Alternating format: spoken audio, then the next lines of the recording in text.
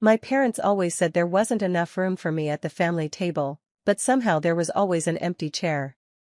I spent 22 years believing I wasn't wanted, until one Christmas dinner, I invited people they never expected.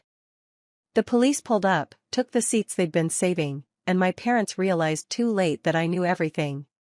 So before you judge me, please stick with me. Before we dive into the story, I'd love to know, where are you watching from? Drop it in the comments, I'm always curious to see how far these stories reach. Now, let's get into it. My name is Nina Hale, and for most of my life, I thought I was the problem. I wasn't loud, rebellious, or difficult. I worked hard in school, stayed out of trouble, and did everything I could to earn a little kindness from my parents. Somehow, it never seemed to matter. My father, Grant Hale, and my mother, Elaine Hale, always found a reason to leave me out. The worst moments came during family dinners, especially on holidays. Every Thanksgiving, every Christmas, every birthday, there was a place for everyone except me. They would tell me the table was full and ask me to eat later in the kitchen. What hurt the most was seeing an empty chair sitting there every single time, untouched, while I quietly ate alone behind a closed door. My younger brother, Cade, lived a completely different life under the same roof. He was praised for everything, spoiled with gifts, and treated like he could do no wrong. Watching him laugh with our parents while I listened from the kitchen slowly convinced me that I simply didn't belong in my own family. For years, I accepted that painful explanation. I believed I was just the unwanted daughter. But looking back now, I realize that empty chair was never about a lack of space. It was a reminder that my parents were hiding something far darker than I could have ever imagined. As I grew older, the memories that hurt the most weren't the big arguments or harsh words. They were the small moments that quietly reminded me I wasn't treated like everyone else. Looking back on my childhood, the difference between how my parents treated Cade and me couldn't have been clearer. Every year, Cade's birthday was a major event. Our house filled with balloons, decorations, expensive presents, and relatives. My parents proudly planned parties for him months in advance, and every accomplishment, no matter how small, was celebrated like he had won an Olympic medal. Family vacations were always planned around what Cade wanted to do. If he wanted to visit the beach, we went to the beach. If he wanted a new bike or the latest gaming console, somehow my parents always found the money. When my birthday came around, it was usually forgotten until the last minute. I wore Cade's old clothes after he outgrew them, even when they barely fit me. If I asked for something simple, I was told I should be grateful for what I already had. Nothing I did ever seemed good enough. Good grades earned a shrug. Helping around the house only brought more chores. Any mistake became another reason for criticism. The strange part was how my father reacted whenever relatives noticed the difference. If an aunt or cousin asked why I looked so unhappy or why I never joined family outings, Dad would quickly laugh it off and change the subject before I could answer. My mother, Elaine, was even stricter. She constantly reminded me never to ask questions about money or mention family finances in front of anyone. "It's none of your business," she would say every single time. Eventually, I stopped questioning everything. I convinced myself I must have done something to deserve being treated differently. But deep down, one question never stopped haunting me. Why did my own parents seem to resent me so much? The first real change in my life came when I finally moved out. I landed a stable office job with decent pay, rented a small apartment, and started supporting myself without asking my parents for anything. It wasn't a glamorous life, but for the first time, I felt like I could breathe. The distance also gave me something I had never really had before, a chance to think about my childhood without hearing my parents' voices telling me everything was my fault. A few months later, my grandmother passed away.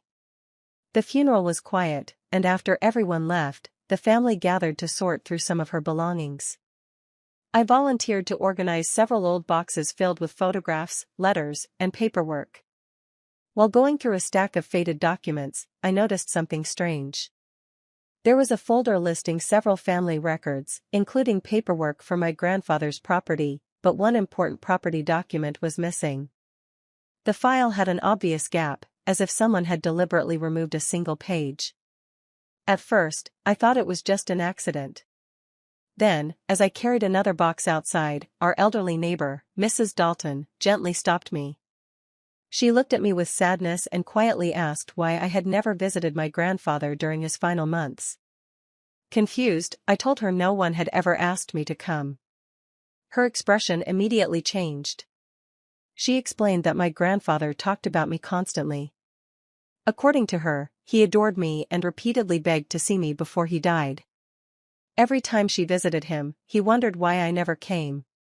My heart sank because none of that made sense. My parents had always told me Grandpa didn't want visitors and preferred to be left alone. For the first time in my life, I realized the story I'd been told didn't match reality. A quiet but terrifying thought settled into my mind. If my parents had lied about something this important, what else had they been hiding from me all these years?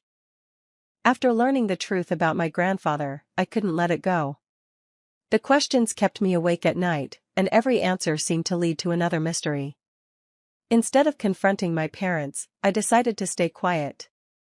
If they had lied to me for years, I wasn't about to warn them that I was starting to uncover the truth. Whenever I had free time after work, I began collecting anything connected to my grandparents' estate. I searched through old letters, family documents, bank statements, and legal records I could legally access. Some papers came from dusty boxes in my apartment, while others I requested through public records. Piece by piece, the puzzle slowly started coming together. Then I found something that made my stomach drop.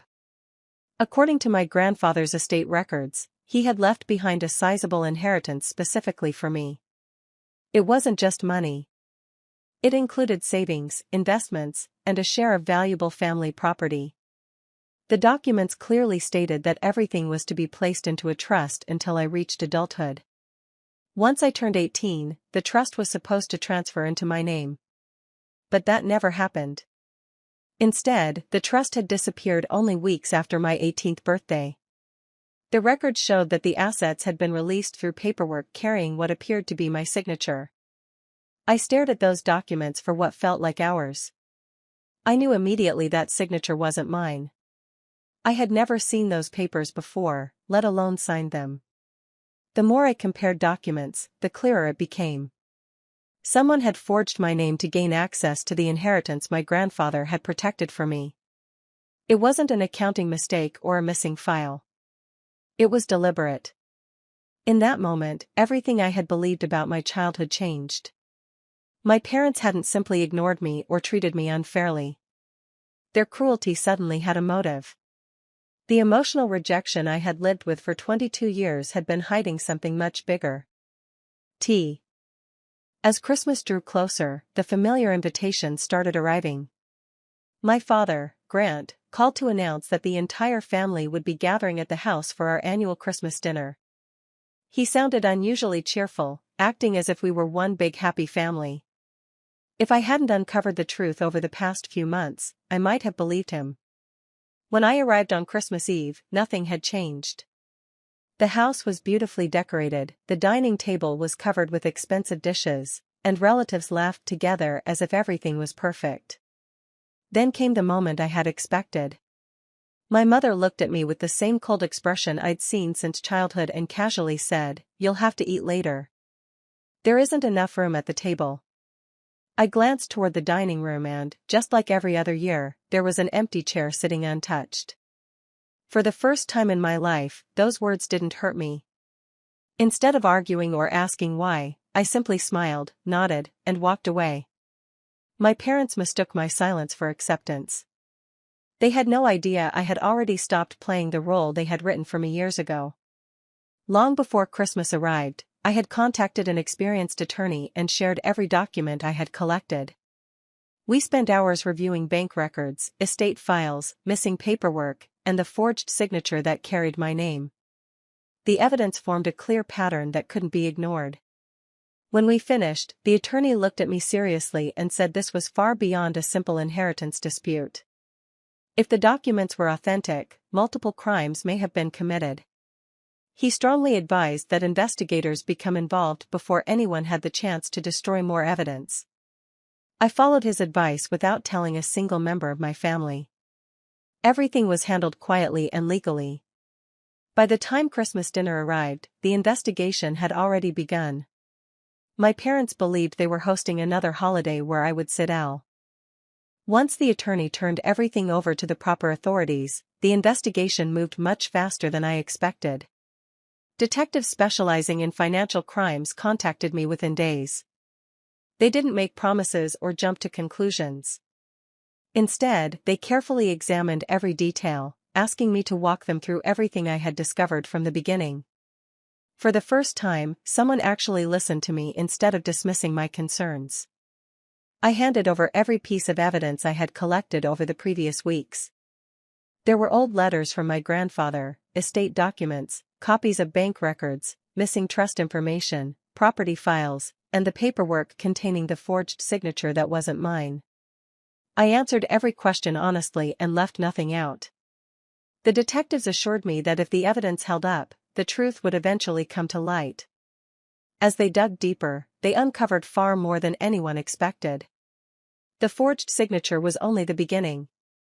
Financial records revealed a pattern of suspicious transactions connected to family property that stretched back for years.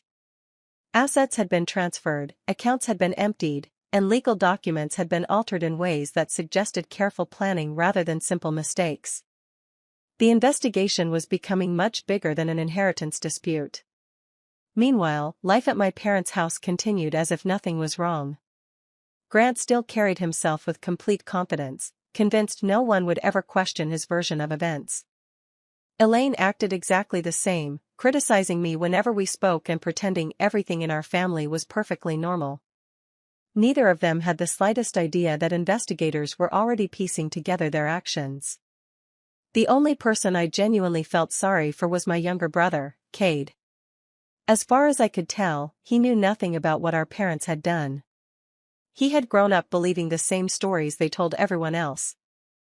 When the Christmas dinner invitation came, I accepted without hesitation. I kept my voice calm, thanked them for including me, and never mentioned the investigation. The trap was already set. All I had to do was show up.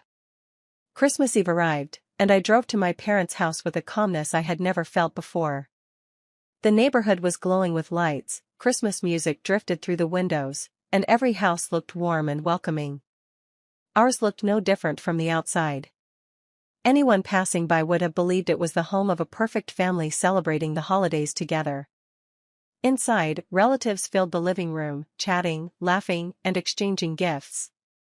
My aunts, uncles, and cousins greeted me politely, though most of them kept a certain distance. Years of believing my parents' version of me had made them cautious. I smiled anyway, knowing that by the end of the evening, everything they believed would change. When dinner was finally ready, everyone gathered around the beautifully decorated dining table. As I stepped into the room, my eyes immediately found it. The same empty chair that had been there every holiday for as long as I could remember. It sat untouched at the end of the table, polished and perfectly placed, while I was once again expected to stand aside. Seeing it no longer hurt. Instead, it reminded me why I had come. Before anyone sat down, my father looked at me with a smug grin. Still working that little office job, he asked loud enough for everyone to hear. I guess some people just never aim very high. My mother joined in, making comments about how I was still single and how I had never accomplished anything worth celebrating. A few relatives forced uncomfortable laughs, while others stared down at their plates, clearly embarrassed by the cruelty but unwilling to challenge it. I didn't argue or defend myself. I simply smiled and thanked them for their concern. That seemed to confuse them more than anger ever had. Grant leaned back proudly and began bragging about the family's financial success, the properties they owned, and how hard he had worked to build everything. He spoke with complete confidence, completely unaware that every boast was bringing him one step closer to a very public downfall. The tension in the room grew heavier with every passing minute, and I knew the night was about to change forever. Just as everyone reached for their plates, a firm knock echoed through the house. The conversation stopped almost instantly. My father frowned, clearly annoyed that someone had interrupted his holiday dinner. Muttering under his breath, he stood up and walked toward the front door, expecting it to be a neighbor or a late-arriving guest. A few seconds later, the room fell unnaturally quiet. Grant stepped back into the dining room, but this time he wasn't alone. Two detectives entered behind him, followed by two uniformed police officers. Their expressions were calm and professional, yet serious enough to make every person at the table stop moving. No one seemed to understand why law enforcement had arrived at a family Christmas dinner. I looked at the empty chair that had been waiting there all evening and slowly stood up. Keeping my voice steady, I smiled politely at the officers and gestured toward the table. Looks like there was enough room after all. No one laughed. The silence that followed felt heavier than anything I had ever experienced. My relatives stared at me in complete disbelief before turning toward my parents. My mother's face turned pale, while my father's confident smile vanished so quickly it was almost frightening. For the first time in my life, I watched Grant struggle to find words. One of the detectives introduced himself, then explained they were conducting an active investigation involving forged legal documents, estate records, and financial transactions connected to the Hale family. He asked Grant and Elaine if they would answer several questions regarding signatures that appeared on inheritance paperwork and the transfer of family property. Grant immediately claimed there had to be some misunderstanding, forcing a nervous laugh that fooled no one. Elaine avoided eye contact and gripped the edge of her chair so tightly her hands began to shake. Around the table, confused relatives exchanged worried glances. Cade looked from our parents to the detectives, completely lost, as if hearing about these accusations for the very first time. I remained silent. After years of being ignored, I didn't need to say another word. The truth had finally walked through the front door on its own. The lead detective calmly placed a thick folder on the dining table and opened it in front of everyone. One by one, he removed copies of legal documents, bank records, estate papers, and handwriting analysis reports. He explained that the investigation had uncovered years of fraudulent activity connected to my late grandfather's estate. The forged signature used to release my inheritance had been examined by experts, and the conclusion was clear: it was not mine. He continued laying out the timeline, showing how trust funds had been emptied, property ownership had been transferred, and financial records had been altered shortly after I turned 18. Every document pointed to the same pattern. This wasn't a misunderstanding or a bookkeeping error. It was a deliberate scheme that had lasted for years. My mother tried to stay composed, but as the evidence kept piling up, she completely fell apart. Tears streamed down her face as detectives questioned her about specific documents and unexplained transactions. She stumbled over her answers, contradicting herself again and again until she finally stopped speaking altogether. My father reacted differently. Instead of accepting responsibility, Grant lashed out. He blamed accountants, lawyers, paperwork mistakes, and even distant relatives. Then he pointed at me, insisting I had misunderstood everything and was trying to destroy the family out of jealousy. The excuses sounded more desperate with every sentence, and no one at the table seemed convinced. For the first time, my relatives learned the truth. The inheritance my grandfather had left wasn't meant for my parents or anyone else. It had been left to me. The years of exclusion suddenly made sense to everyone in the room. Keeping me isolated had made it easier to hide what had been taken. Cade sat frozen in his chair, staring at the documents in disbelief. He slowly realized that many of the vacations, expensive gifts, and opportunities he had enjoyed were funded by money that never belonged to our parents. He looked sick, unable to process what he had just learned. In a matter of minutes, the perfect family image my parents had spent decades protecting completely collapsed in front of everyone. The detectives looked at my parents one final time before informing them that, based on the evidence gathered during the investigation, they were being placed under arrest while the case continued through the legal system. My father protested loudly, insisting they couldn't do this on Christmas Eve. My mother quietly cried as officers escorted them toward the front door. The same house where I had spent years feeling invisible suddenly felt completely different. No one spoke as they watched Grant and Elaine leave in handcuffs. The weeks that followed were filled with meetings, legal filings, and court proceedings. The inheritance case was officially reopened after investigators confirmed there was enough evidence to question every transfer connected to my grandfather's estate. Documents that had been hidden for years were brought back into the light, and independent experts carefully reviewed every signature and financial record. Eventually, the court ruled that the trust established by my grandfather had been wrongfully taken from me. Ownership of his property, along with the remaining assets that could be recovered, was legally returned to me. Walking through my grandfather's home for the first time as its rightful owner was an emotional moment. It wasn't about the value of the property.